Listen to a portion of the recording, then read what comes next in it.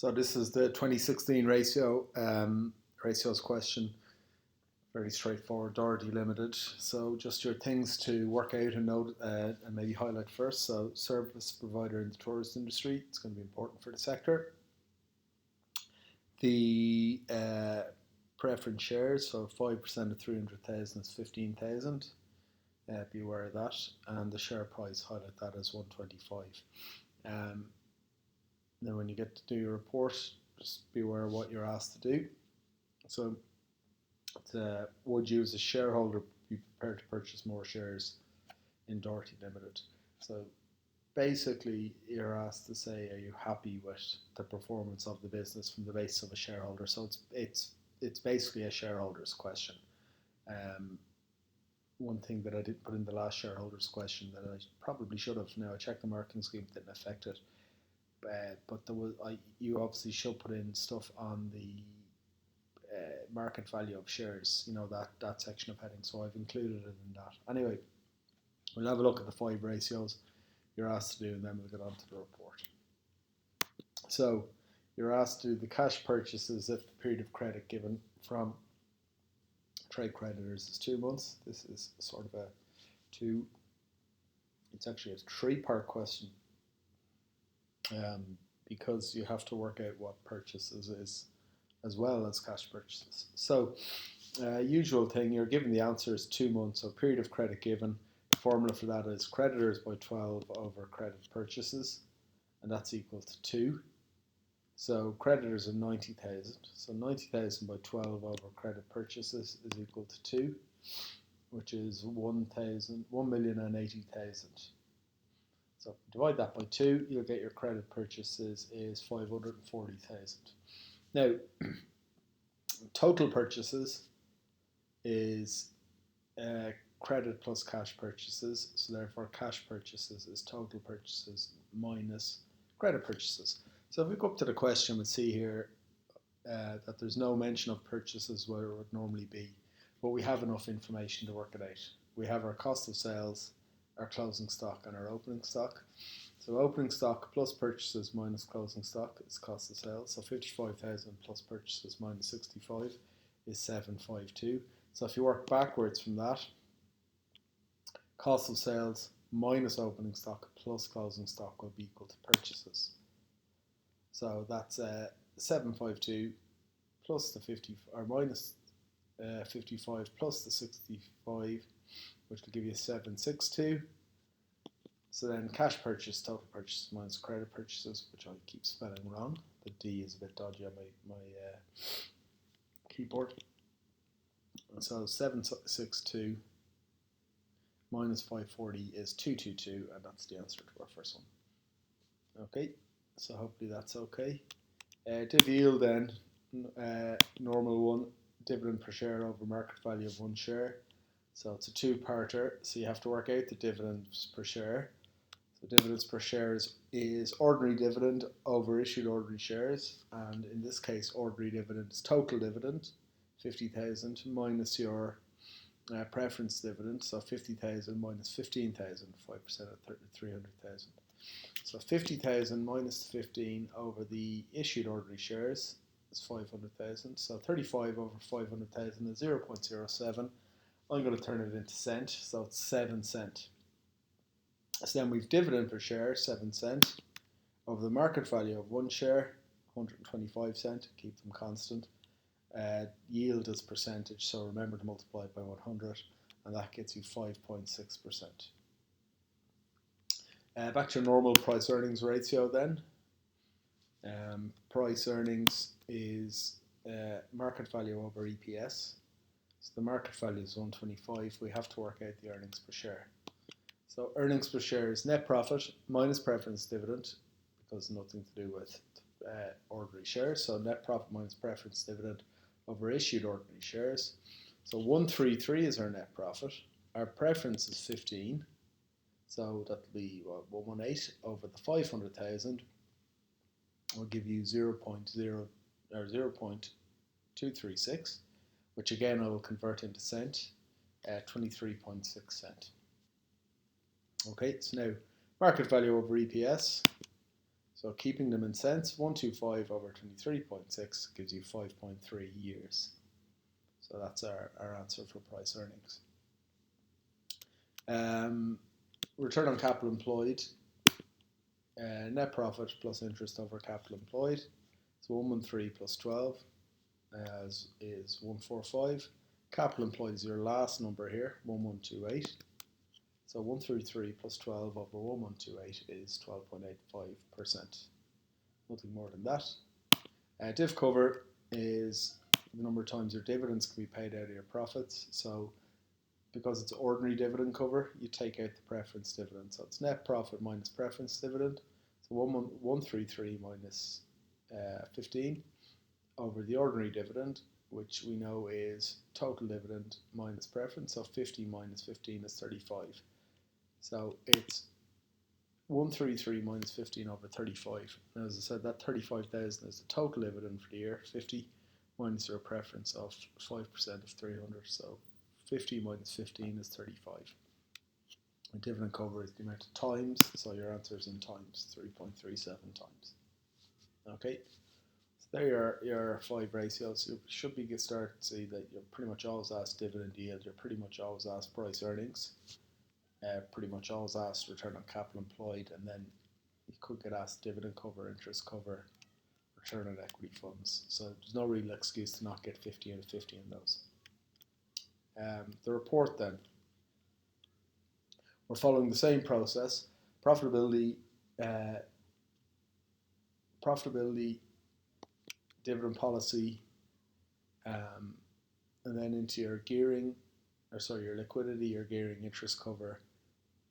You don't really have to talk about loans in this. So then you move into your share price, your market value of own shares, and your sector. Possibly put in investment policy as well, just to be safe.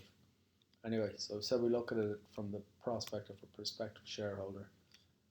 Now I've done this, again, remember to put in somewhere that you would or would not recommend that he buys more shares. So in this case, I'm recommending that he would be satisfied and should buy more shares.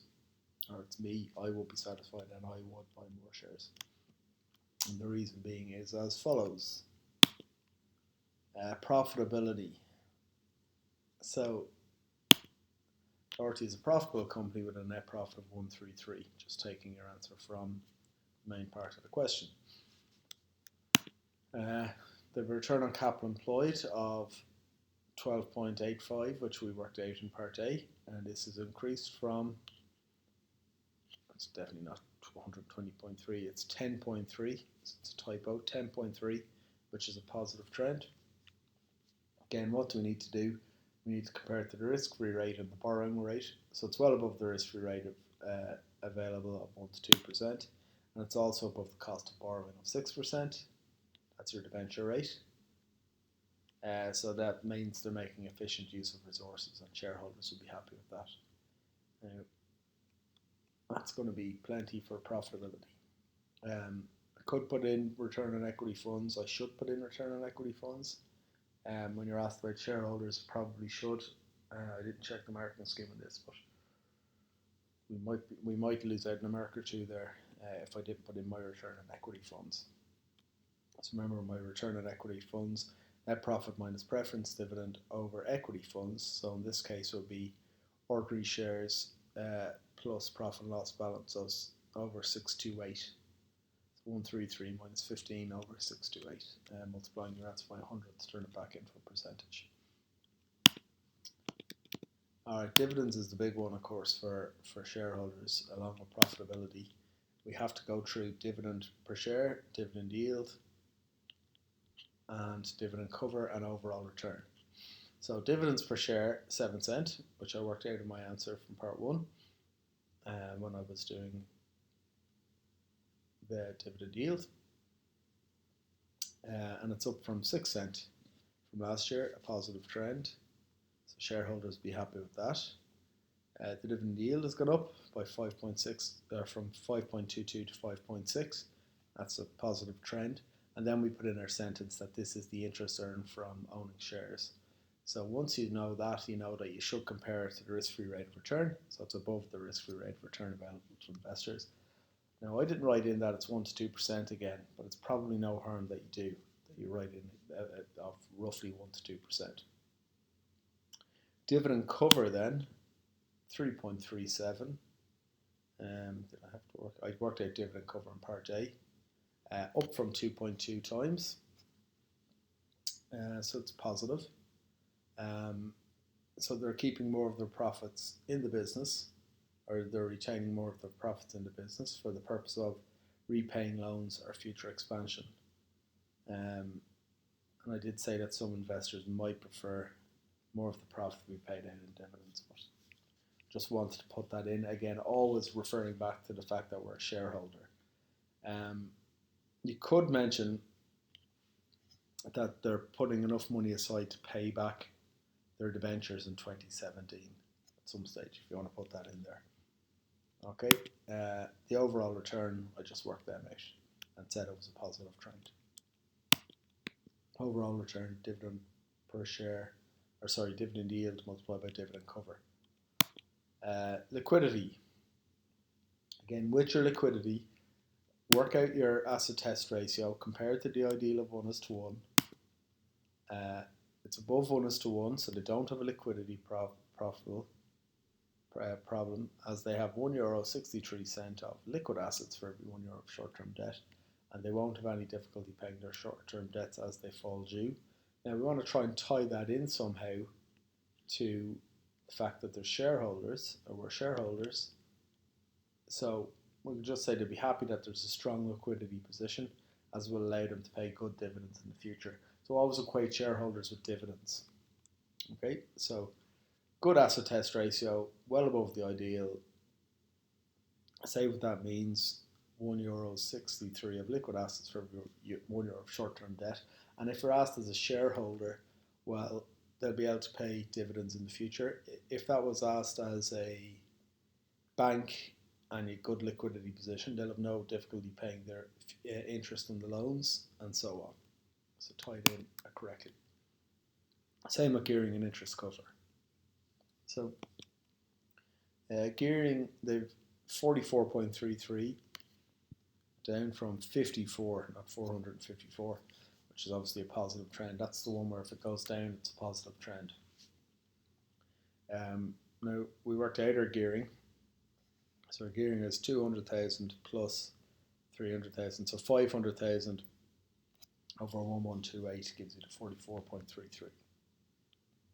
Now say what that is, or say they've gone from being highly geared of 54% to being lowly geared of 44%, and we need to put in our line that they're now funded more from equity than debt, so not dependent on outside sources of borrowing.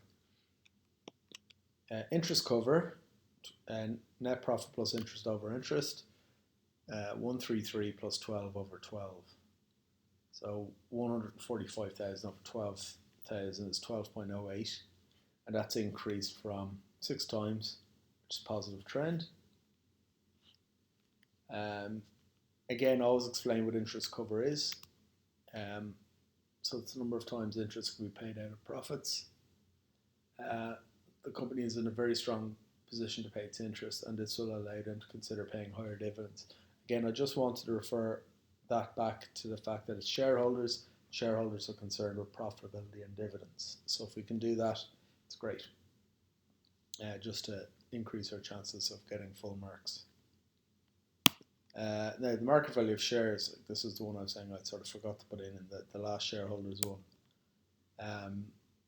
So what we're doing is we're comparing the share price now to what it was last year. It's 125 now, it was 115, so that's a positive trend. It's gone up by 10 cent. So 10 cent over 115 cent, so 10 over 115 multiplied by 100 is 8.69. So we're say what all that means. If share prices go up, you can say that the market are showing confidence in the company. Okay. When we put in market value and we're doing these ones, we must put in price earnings ratio as well. Okay. And we weren't asked about buying a specific number of shares. If you're asked about buying a specific number of shares, you'd say what the cost would be and so on. But we're not, so we can skip that and move to the price earnings. So price earnings 5.3 and it was 8.7 last year. Now you have to work that out for last year, but you have the information, you have the market value of one share and you have the earnings per share. Okay, so that's where I got my 8.7 from. 115 divided by 13.2. Okay, so it's down. Now, if your price earnings come down, that means that it's going to take you less time to get your money back. So what can you say? The share might be undervalued. So there's scope for further share price increases as a result. So everything's been positive. So I wanted to say something positive about the sector. Now I was thinking about you lads, rather than a marketing scheme for this specific question. So the sector is the tourist industry. If I wanted to say something positive in the short term about tourism, it's difficult. But we could say that in the short term, remember what I said, one bad and two good if it's a positive report, and then the opposite of that if it's negative, two bad and one good if it's a negative report. But we're going with the positive. So in the short term, the tourism sector is taking a hit due to COVID-19, so that's our negative. Prospects are positive as most Irish people have money set aside for domestic tourism this summer. You can say that, whether it's true or not, it doesn't matter. In the long term then, prospects are very strong as tourism is expected to boom once the world fully reopens and Ireland benefits from strong tourism marketing from Bord Fáilte. So I was just looking for my two positives there around tourism. So hopefully they work. Alright, part C of the question. It's a long part C, it's worth 15 marks.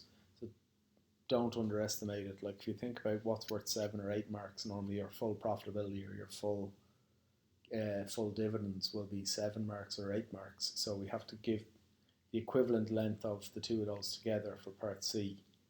So it's 3 separate questions. Now, I would fully expect everybody to be able to answer this to a strong standard. Explain the term gearing. That's the first one.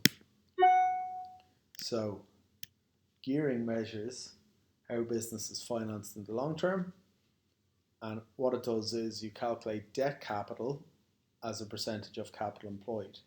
Now, I want to explain what debt capital is. So debt capital is loans, long-term loans, preference shares, and debentures as a preference of total capital employed. Now I want to, just to make sure I'm getting all the marks, I want to say that if it's below 50% it's lowly geared, and if it's above 50% it's highly geared, and that low is preferable. So that's going to get me my full marks. Now I should be able to explain every single ratio and what they mean. If I'm asked, like you could be asked about interest cover or something like that. Gearing is the most obvious one to be asked about, gearing and price earnings ratio. So just make sure you understand what those two are. What's the benefit for a business of having low gearing? Well, low gearing means low debt. So if you think about what low debt means, it means less interest. And it also means you can take on more debt in the future. So we need to try and get those into an answer. So if you have low gearing, you have low debt, which means businesses have plenty of scope to borrow for further investment. You also, as I said, have less interest, less loans at the moment, so you have less debt. So less debt means less interest. So less interest has to be paid out, and this money can be put to other uses. And then the third one I come up with is that shareholders are more likely to be paid dividends. If the business does not have a lot of debt. So 3 is more than enough. 2 is probably plenty there. And then state 2 ways to reduce the gearing of a company. Think about what gearing is. It's debentures and loans as a percentage of capital employed. So if you reduce your loans and debentures, that will improve your gearing. Or if you increase your share capital and reserves, that will improve your gearing. So that's the two aspects we want to look at. So pay off long-term debt. So if this company here didn't have this debentures, that 200,000 would go to 0. So its gearing would be 300,000 over 900 and something thousand. So so it'll be less than 30%. That's one way. Issue more shares. So if the 200,000 and the 300,000 stayed the same, 500,000, but we issued another 500,000 shares, that would be up to a million. So it would be 500,000 over 1.628 million. So again, that would bring it down to below 30%. And again, if you retain more profits in the business, so if you can get your profits up, that increases your capital employed, which reduces your gearing as well. So hopefully that's okay for you lads. We'll power through a few more of these over the Easter, and we will talk to you later.